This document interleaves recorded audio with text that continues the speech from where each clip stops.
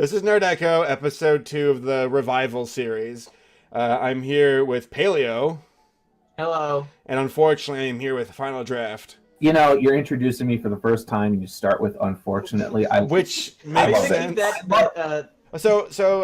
This week, yeah. Okay, this week we're talking about Squirrel and Hedgehog. That's my topic for this video for this week, and which is a propaganda Yeah. cartoon from North You Korea. said you were going to make a video on that cartoon like A last year. year ago, specifically Yeah. a year ago. So it's been a while. Oh, so this is standard time scale for Saber. I won't even deny. You're absolutely right. I forget things all the Okay. time. There's a video where I was like, yada yada yada. This topic will be here next week, and it was like 7 months later. It was like dog weeks or something. Or how does that work? Who cares? Dog weeks. No, never mind. You mean more like turtle weeks or something? Whatever. So That's too smart for you, sir. That's too what's- smart. Thanks. I appreciate that. So, we aren't going to just talk about Squirrel and Hedgehog specifically. We'll talk about other cartoons. Talk about turtles. Sorry. We'll talk about other propaganda Propaganda. cartoons and just propaganda in general. And this is an open conversation. So I'm going to go ahead and tell you right now, Squirrel and Hedgehog. That is a show from a North Korean animation studio. It was made back in the 1970s. Draft, you're going to love this, okay? So the first episode is about the squirrels and the hedgehogs and the ducks, who are the North Koreans. They look cute and everything, but they can kick some butt. And how they're being attacked by the evil mice, which are the South Koreans, and the weasels, which are the Japanese. And they're freaking out. They're like, oh no, we're being attacked again. What do we do? Oh, we have our friend, the bear, who can help us out. And that bear is representation of Russia. So what ends up happening is the bear gets drunk and I shit you not, like, because the South Koreans got the bear drunk, allegedly. And during the second attack, the bear doesn't show up, and the North Koreans are like, "Well, the bear's useless. We gotta defend for ourselves." And then they have guns and they shoot everybody. And at the end of the episode, they have tanks rolling around, which is funny because the bear itself never had guns. It just picked sticks up and threw them around. So it's very symbolic. You know, knowing the state of like North Korean education, whatever, that may have been like their version of a scientific slide about evolution. Like that's how North Koreans came to be. That never even occurred to me how they explained, like, because I don't think they follow religion. I think they just believe in the state. Like that's their religion. No, they have no religion. No, they're very communist, so they are incredibly atheistic, and they have a fake church in Pyongyang that is a fake Christian church that they staff priests and parishioners for foreign visitors to prove that they are tolerant of religion. Like, do they have like actual crosses in there, or They have crosses Wow. in there, but like, you should look this up sometime. It's this really, like, if you ever see a video of it, it's incredibly creepy because whoever is running the service, the mass or whatever, is obviously a fake. And it's always it's like a show. It's like a Disney World show. It's creepy as hell. It's like Animatronics. Yeah, it's almost that bad. Like they get people in there who are the parishioners, but they clearly are just, you know, paid locals or something, or maybe unpaid locals who just sit there, murmur along with the hymns. It's very, very strange. It's terrifying, dude. I was reading this book, or not book. I'm sorry, this part of a book that was online. It was about this. It was a book from part. No, it was about this Canadian. I like to peruse the Amazon previews. I like to just Wikipedia. Hey, Thank just- you. No, it was this Canadian I'm a animator. literary dabbler. There was this Canadian animator who went to North Korea to work at this studio, because the studio is the same one that made Squirrel and Hedgehog and Is it Pyongyang? Is that how you say it? Yeah, Pyongyang. And he was saying how it was super difficult working with the North Koreans, of course. How it was difficult to translate, and how whenever he went anywhere, he'd always have an assigned person, and to keep, to make sure that he wouldn't wander off. And there's another article from the LA Times where they said that when they were in North Korea, that they noticed that there are like no disabled people. There's no There's no people. They didn't see anybody in wheelchairs, and they're like, "Do you guys have disabled people?" And North Korea's like, "No, we're perfect." Yeah, It's pretty brutal. interesting. There's a lot of interesting footage that basically, if you're a foreigner, you go through this application process, you are always going to have someone with you, and you are going to be on the guided tour. And there was an interesting photo comparison where they were showing this road I can't remember where this was from. I think the guy was Russian. He was going down, this main highway, and it had all these buildings or whatever, and it looked like a relatively modern whatever.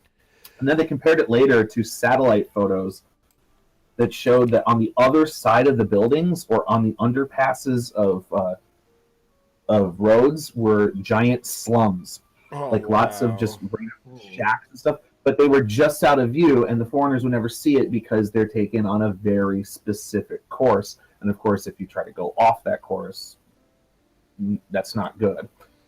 Yeah, it's really strange. It's like a facade. It's like an ugly Disneyland. In that, it's like when you go to Disneyland and you go up to one of the windows and it says dentist, and you think, "Oh, that's cute and whimsical." Well, that's kind of like North Korea, except North Korea. Wow. Except it's real. It's real, and on the other side of the building is like a huddling family that's starving. It's terrible. Yeah. I feel really bad for those people.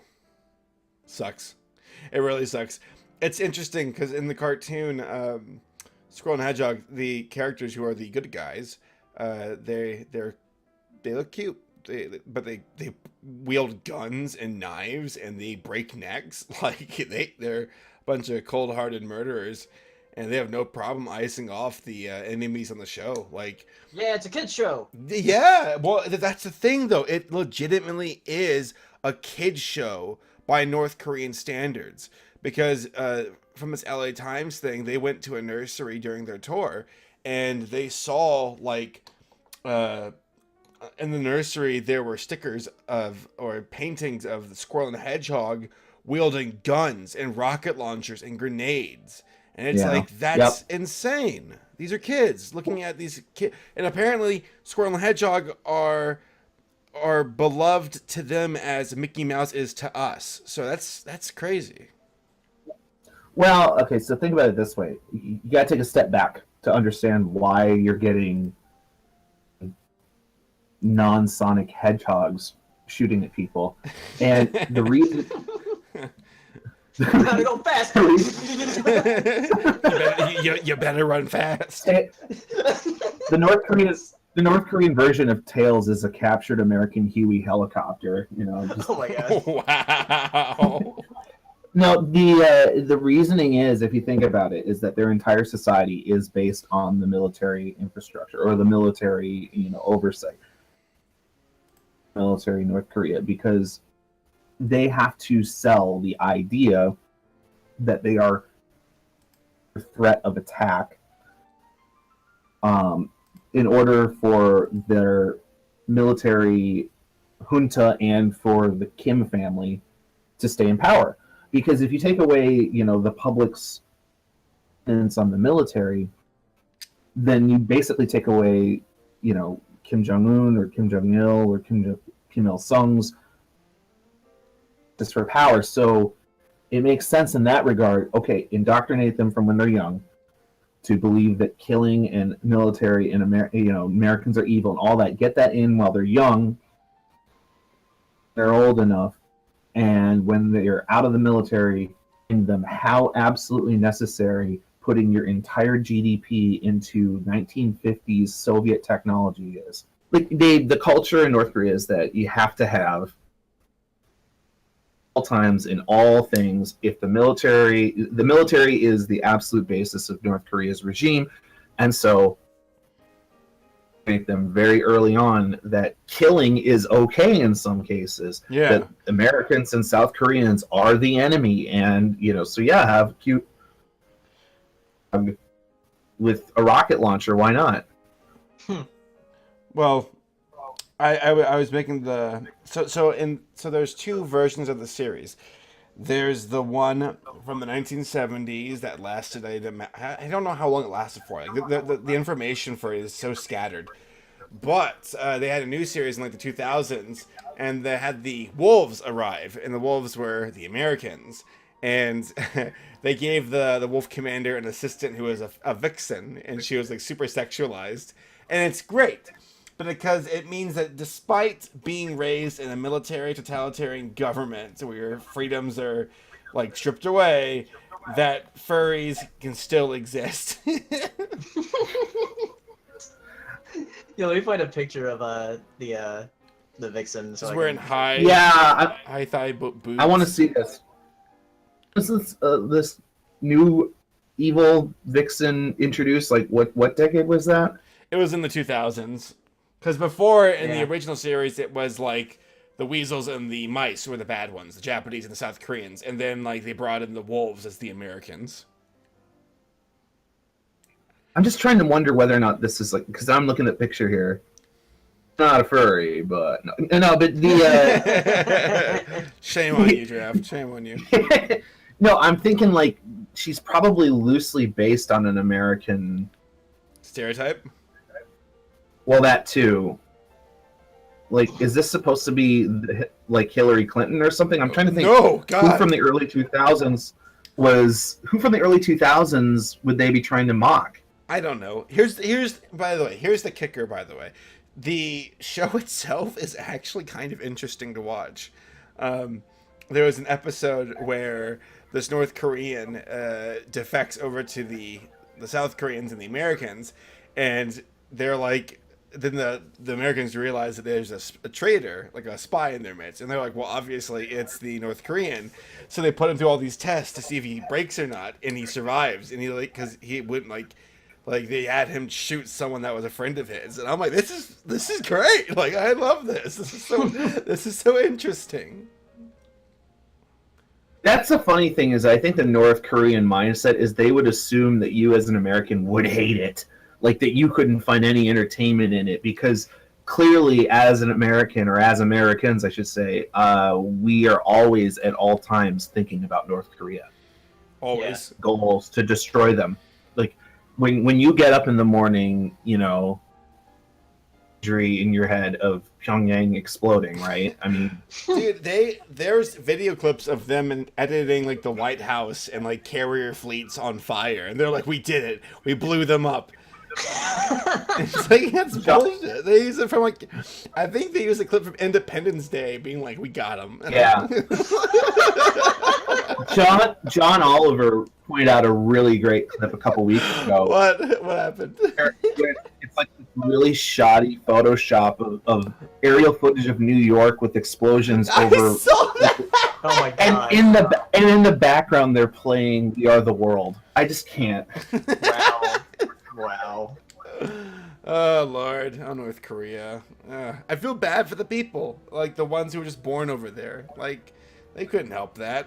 It's not their fault that they were born under the regime of jerks. Yeah, North Korea's legacy, the regime of jerks. Yeah. Tell them I said that personally. well, they've been told, you know, through not just cartoons but also political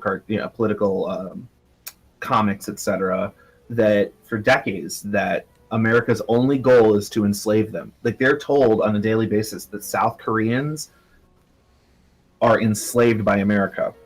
Like they believe that a force for international evil that is out to specifically get them, and that it's only through their military that they've been able to survive as this isolated island of their version of freedom. It's really sad. But you see these comics where, like I saw some from the 70s that showed Richard Nixon, Richard Nose. Honestly, that was hilarious to see either way. But but it's all about, you know, literally they're holding whips and they're whipping, you know, South Koreans. They have convinced their people that if America or South Korea were to take over, that it would be basically enslavement for them. See, for North Korea, go ahead. And part of that too is they honestly think they are better off than most of the world. They think like their citizens who are starving, who, you know, are living in these shacks or whatever, are off than most of the world. You know, it's interesting because I feel like North Korea is like a campaign of civilization that went horribly wrong, where you sack all your points into military and you have no economy, and you're like, oh god, what do we Well, my do? starting location is next to 3 iron and 1 coal, but damn, I could use some fish. I mean, You know, if tomorrow, if Gandhi. if they were all on the same wavelength and they're like, we're going to disband our military because it serves no purpose, and just focus on economics, like they could turn things around. Yeah. No, they would implode instantly. Why? You think so? Their entire industry is the military. You take away the military, the problem is that so they have like I make the joke about civilization, but they do have a lot of coal, and that's their big export, and they have other mineral resources. Well, it's a good thing coal is a booming industry that's only going to continue to grow as this millennium continues on. Well, in China it is. Well, And guess who their number 1 trading partner is? It's not America. I thought. Wait, you mean for coal? Yeah, for coal, they get most of their most of their export money from exporting coal. Of course, right now even China's ticked off with them, and so they've cut off exports. But so no, they would collapse. They would utterly collapse because if you get rid of the military, they would have somehow reorganized their entire society to mining and industries that just don't exist in North Korea right now, and I just don't see it happening. I think what's going to happen is if the military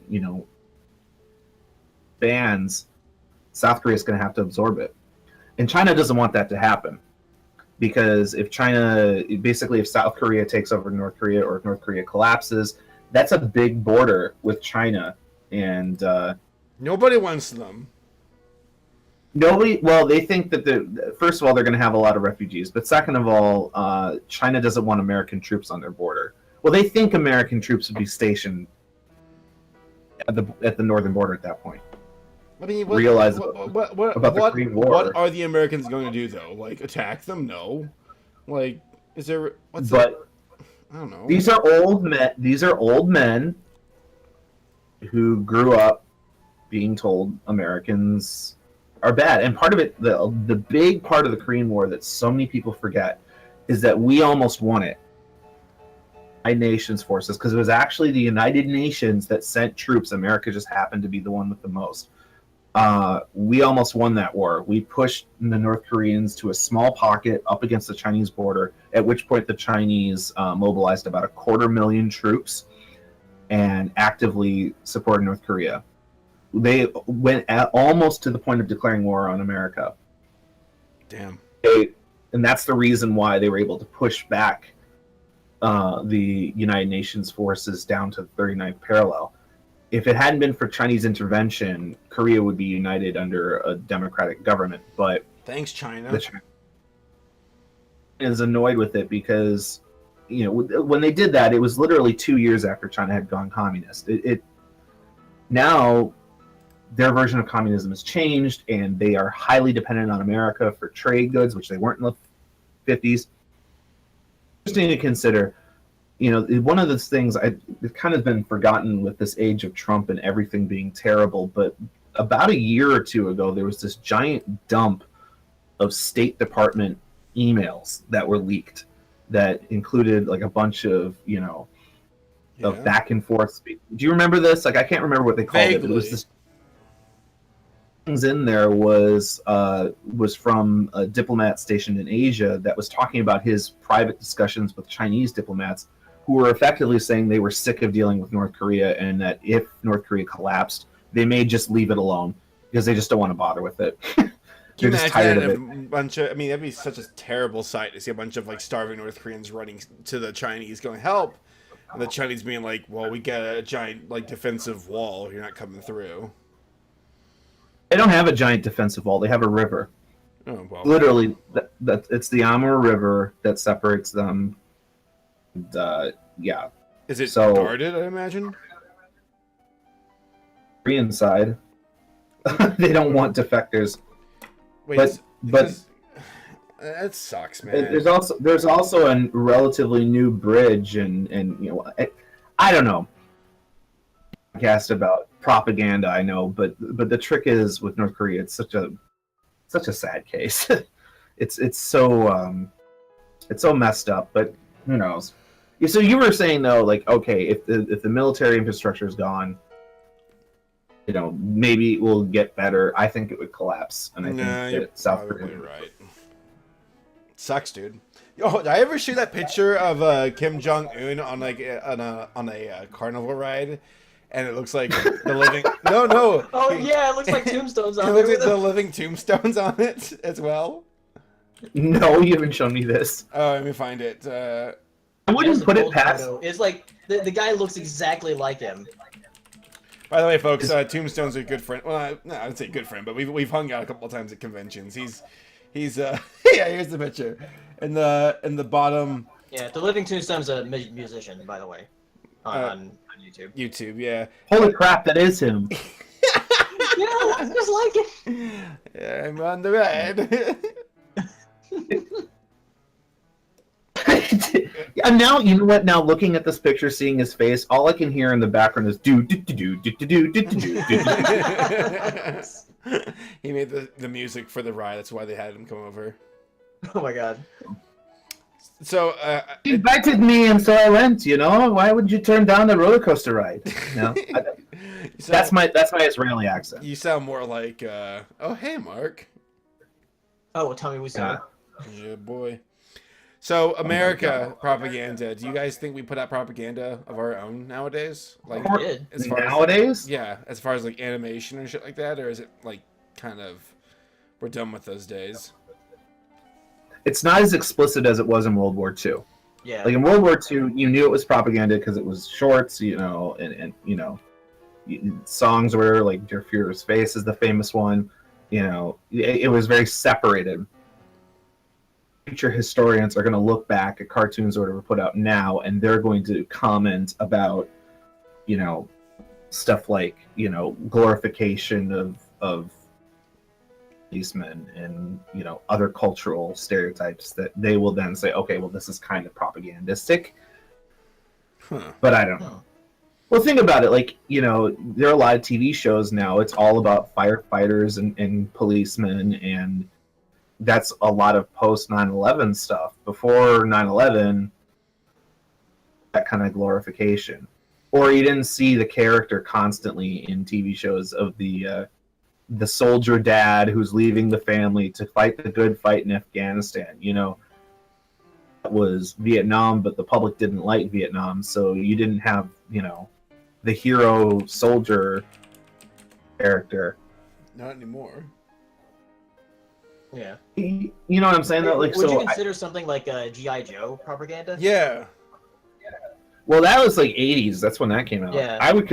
I'd consider that toy sales. Yeah, I was going to mention that in the video. I was going to say that. Yeah, because I just watched this consumerism. video that was talking about like the dark ages of Western animation, and it was pretty much in the 80s when like every single like Saturday morning cartoon was a commercial for toys. Yeah.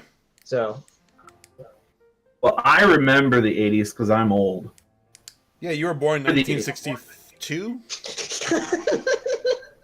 I was born in 1962, old style dates. Okay, like Julian calendar. That's a joke. That is a joke. Historians will like. Okay, Get out of no, it. I was We're done. 84, and I don't remember a lot of the 80s, but I remember the late 80s, and I remember watching freaking Pee Wee Herman and Garfield or whatever.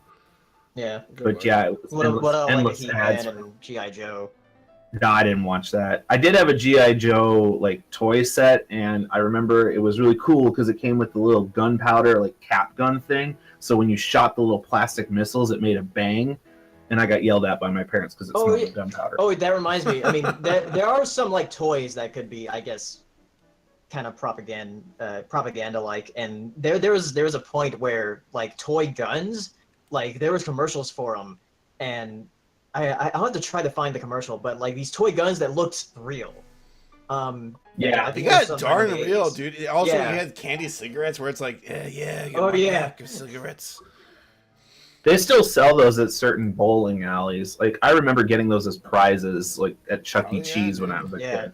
And I remember looking at them like Like, I even was thinking at age 6, why the hell am I being given candy cigarettes? I have the kind that you can like blow. You can actually blow out like powder and be like, psh, and it was great. No, they don't do that. They don't do that. No, they used to. You're thinking pixie sticks, and that's completely No, different. Draft. I know what I'm talking about. I have never seen that. I had no Draft. No, I know what you're talking about. I know. Those are fake cigarettes. Of course, they're fake. Cigarettes, but they weren't cigarettes. Whatever. And I do know what you're talking about. Those are prank cigarettes or whatever. Yeah, I remember those. Well, one thing people might comment on this is they might say, well, we're talking about North Korea. There's been a lot of Korea stuff actually in American media the last few years. I mean, you can't really talk about propaganda in America and North Korea without mentioning The Interview. Oh yeah. Oh yeah. I still haven't seen that movie. Me neither. Apparently, it only got good reviews from people who thought it was a great way to stick the middle finger to the Kim Jong Un. There's always that. There's that conspiracy theory that it was like Sony did this to themselves, but there's the Sony hack, which people wonder if that revealed a lot more than just that. Yeah. Also, let's they think that North Korea was behind it. Yeah. Sony is a train wreck when it comes to movies. They are. The only thing decent they put out in the last decade was the new Spider-Man, which wasn't even really them. It wasn't really them. It was Marvel. It was Marvel. Anyway. Well, the other thing I'm thinking of though is the new version of Red Dawn. Did you guys ever see the original? Oh, Red Dawn was that a video game? It was a classic '80s action movie. Wolverines. Oh. I haven't seen that. So the original is about a bunch of teenagers in Colorado, and the Soviets invade America. They drop a bunch of paratroopers in, and one of the opening scenes is this Soviet soldier or Cuban soldier, I don't know, they're working together in the movie, and they're literally machine gunning a high school science classroom. They bust in the room and just shoot everyone. Oh, wait, that's right. There was a lot of propaganda about the Soviets. Yeah, a ton. In America. Movie though, and I don't remember, 5 years ago, starring Thor and a couple other who knows actors.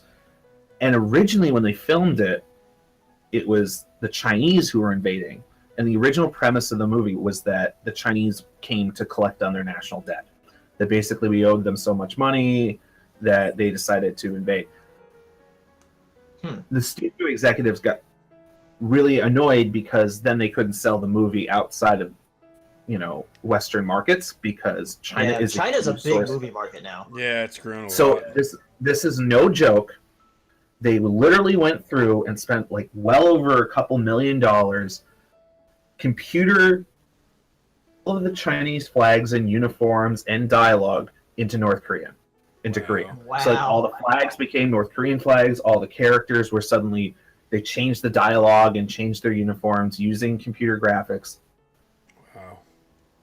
Which then became so stupid because it's North Korea could hardly invade itself. I don't think it could take over. I don't remember where this movie was set, Seattle or something. There's no way they couldn't even get across the ocean with any sizable force. It'd be obliterated. I'm just being real. Thor would have smacked him with the hammer. It would have been over. And it would have been another brother. No, it was terrible, but you could easily point to that as an example of, okay, well, American culture, if we can't have the Chinese be the bad guys, let's switch to North Korea. Yeah, well, we should have just, I don't know, what next? Native Americans? The uprising?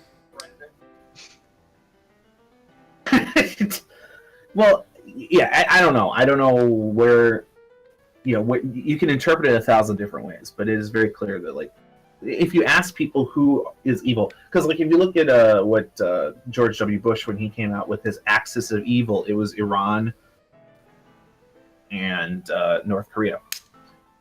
Even though all of them can't get along with each other. Wasn't there something about to do North Korean ISIS people or something? I forget. Oh no, I I remember reading some about how like some North Korean like people got stuck in Africa and they got like attacked by ISIS and it was like a big old mess. What the hell? Let me see if I can find it. Actually, China is very much involved in Africa right now. They're doing a lot of infrastructure building, and that sort of thing. I heard about that. Yeah, and I think if North Korea could, they'd love to be a part of that because it's a lot of money and work, etc. But they're too busy for Japan. Which, if your listeners don't know, I live in Japan, so I'm hearing about rockets flying overhead. That's always fun. Whee! Is it just like the Japanese animes? When the missile went across the sky, did you go baka? It's not like I'm scared of you or anything. Oh my god. Jesus Christ. I can see them making an anime, Little Missile Kun or something, and Oh my god. it's like a high school full of various. We're gonna do more Japanese propaganda. Well, propaganda is a loose term. You have propaganda. There's two ways of looking at it. There's the explicit propaganda that says, okay, here's a cartoon like, Der Fuhrer's face or whatever. I don't remember the real title of that one. Okay, that's obvious. That's it. You got it. It's propaganda. It's propaganda. There's no arguing with it. The whole thing is about American, American exceptionalism, and we need to beat the Nazis. Which, hey, I'm all for it. Seeing Donald Duck anti-Nazi, I'm good with that. He's going. But, Oh yeah, what about that? do it. There was that other propaganda cartoon. I think it was in your top 10 for your propaganda cartoons, and that was the one about isms. Oh yeah, that was really that one was one of the more unique ones. It was a post World War II American propaganda cartoon where it had like this farmer and a businessman and a statesman and then a what was it? A factory worker.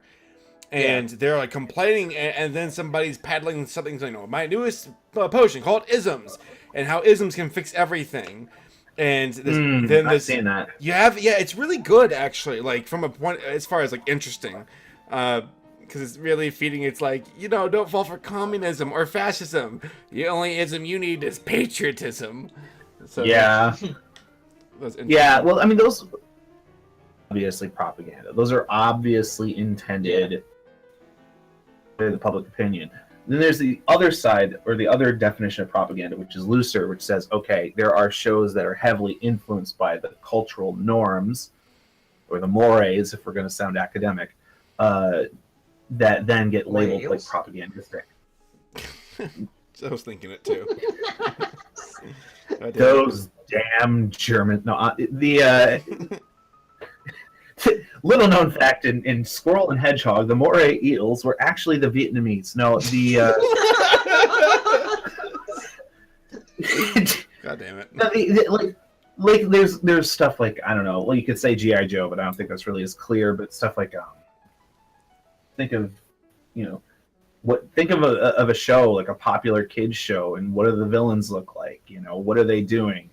How are they standard cultural norms? A lot of villains, as far as like in cartoon shows and also like in movies too, or animated movies from like the 80s to the 2000s, there's a lot of villains that definitely have like a type of look where they have like a big suit. Yeah. And they're corporate, yeah. They're corporate villains. I think that's partially because the writers and animators are sick of the studio bigwigs telling them what they can't do. AKA Captain Planet, maybe? Captain Planet, and this is true, was a pet project of Ted Turner. Yeah, that was a personal thing.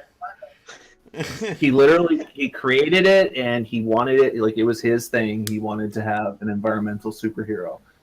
And he got it. And I'm all for that. The powers make sense, and you got wind, earth, fire, and then you get heart. The hell does that mean?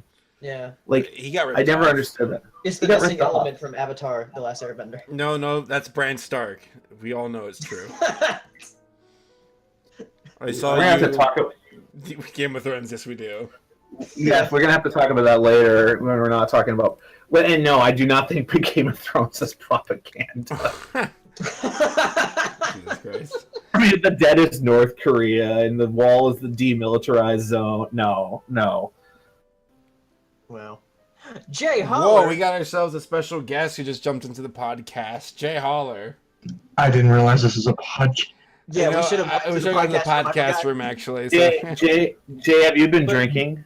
You're in the general room, first and foremost. I know. Yeah, we went up to it. Oh, man. Yeah, but we're talking about propaganda cartoons. Oh, man. I know nothing about that. I just came because Draft was here and I had talked to him for like a bunch of times. Well, we can wrap up the podcast here and No, we're done on my account, so sorry about that. get out of here, Jay. He's gone. Good. Fuck him. Sorry. He's crawled back into his bottle. that furry trash. Look at modern We're talking about cartoons furries or whatever. It's a full circle. Yeah, here we go. It all makes sense. What are you gonna say, Draft? I was gonna say, like, if you look at modern cartoons or whatever, because that's really where this is kind of angled. Like, you look at modern cartoons and you consider, are they being propagandistic? I think for the most part they aren't. And you can thank the internet for that because the internet's constantly checking against that. But if you go back a little bit further, it's definitely in there. Yeah. Yeah. I I think the closest thing you can find to that is stuff like after school specials or PSAs. Those ones you could argue are propaganda. Yeah. Because you watched some of those, we used to watch those old like 40s and 50s PSAs with you, like the how to get rid of the gays or something like that. Yeah. I'm serious. Well, golly gee, Mary, I thought I'd want to marry you, but I'm just looking at Ted this different way lately, and I just. Or what about that one cartoon, Duck and Cover? Oh shoot, Jim was talking about that one. Yeah.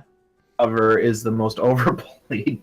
My aunt told me about watching Duck and Cover in school, and it's literally like a placebo because if a bomb were to go off, You're done. ducking and Yeah, you're already done. You are dead.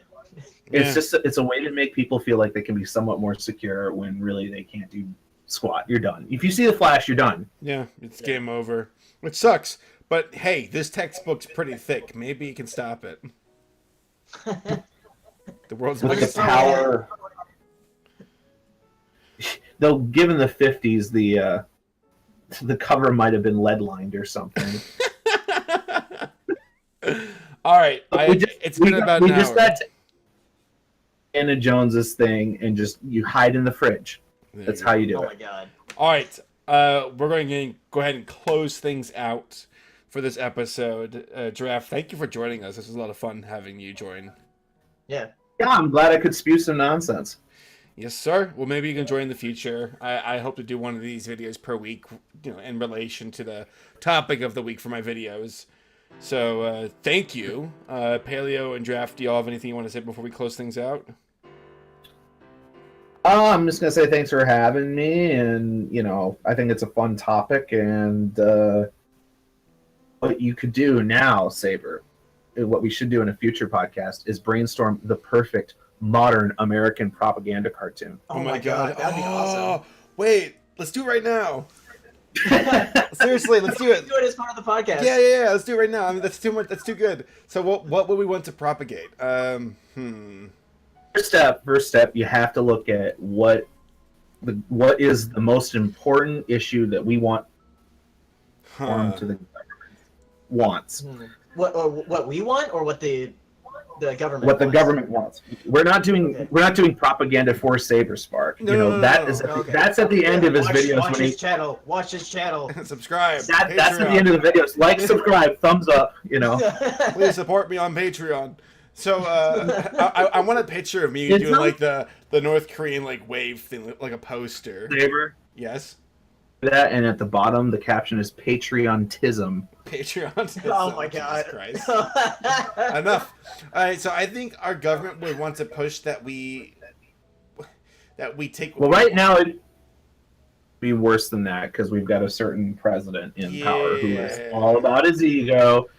But I think I don't know. Like, I don't think he would be as explicit to make it pro-Trump, but it is. We do have a very conservative government that wants to be pro-military, Yeah. anti-regulation. We'd be really big into like kind of like what they do in army commercials nowadays, which I'm not saying are bad, but like, you know, look at our soldiers like working together, and the soldier is the hero. And that's, you know, again, I have no qualms with soldiers doing their job, but they would push that, and I think that would. Those army commercials have convinced me that the soldiers' jobs nowadays, like modern soldiers' jobs, consists of either climbing some sort of a wall or standing in a hangar next to some piece of military equipment, pointing at a computer screen. That's it. Or running on a beach. Yeah, running on the beach, maybe, but it's really about invading the beach. Oh my God! There was a who would win. I need to tell you about draft, and then we'll end the podcast. How many clowns would it take to invade Normandy Beach during World War II? My God, how many clowns? Yes. Okay, what kind of clowns? Yeah. I have an answer for you. Many? One clown car. One. No, I was gonna say that it would be a clown LMV. It would land like the door would swing down and they just be rolling out. The machine guns are concentrating fire. They just won't stop. We're running out of ammo. You just have the bullet heads. You just get like the scene inside the pillbox or whatever, and the clown just puts one of those rubber noses on a German soldier. Get down, pie! Boosh! Oh, that's so true. They wouldn't stop pouring out. They're like, why did the Allies only send one boat? They just start pouring out, and they're machine gunning them. That doesn't stop it. They just keep rolling out. Yeah. They're like on unicycles and like, yeah, they're just doing their little tricks in the corners. They don't really care about the war. They just have like on like a siren playing like. The Germans are running through like the trenches, and they're slipping on banana peels. Ah! There's one guy with the crank operated accordion or whatever. There's another dude with just like a string of handkerchiefs. He's just looking at them, pulling them out of his sleeve. Like a juggler. Like a German throws a stick grenade at him, he just juggles it and then blows up, you know? Oh my God. Some Germans like dashing to like the radio comm to call him for some reinforcements, and he gets sprayed down by a little like water bottle. The little like the spritzer. Yeah. Or even better, like the freaking flower with the spray, you know? Oh my God, yeah. Oh my God. Hitler That got off track fast. What happened? We're coming for you, Hitler. These allied clowns. Meanwhile, in Stalingrad, it's a bunch of mimes. Oh, my God. Jesus. Just If you did a movie where it's mimes on both sides. So you have like the mime like shooting and the mime on the other end, you know, miming getting killed. Like mime snipers. we're gonna save a fortune on our audio budget. Yeah, it's all mime. silent. It's a silent film. Yeah. It's all silent and everybody's just miming everything. Yeah, you don't even need props. They just do it. They're all wearing their little striped shirts and everything. And then you just have the one French guy show up and just shake his head disapprovingly. Wow. All right, that's it. We're in the podcast right now. All right, have a good night, guys. Right. Even though you probably listen to this in the day, whatever.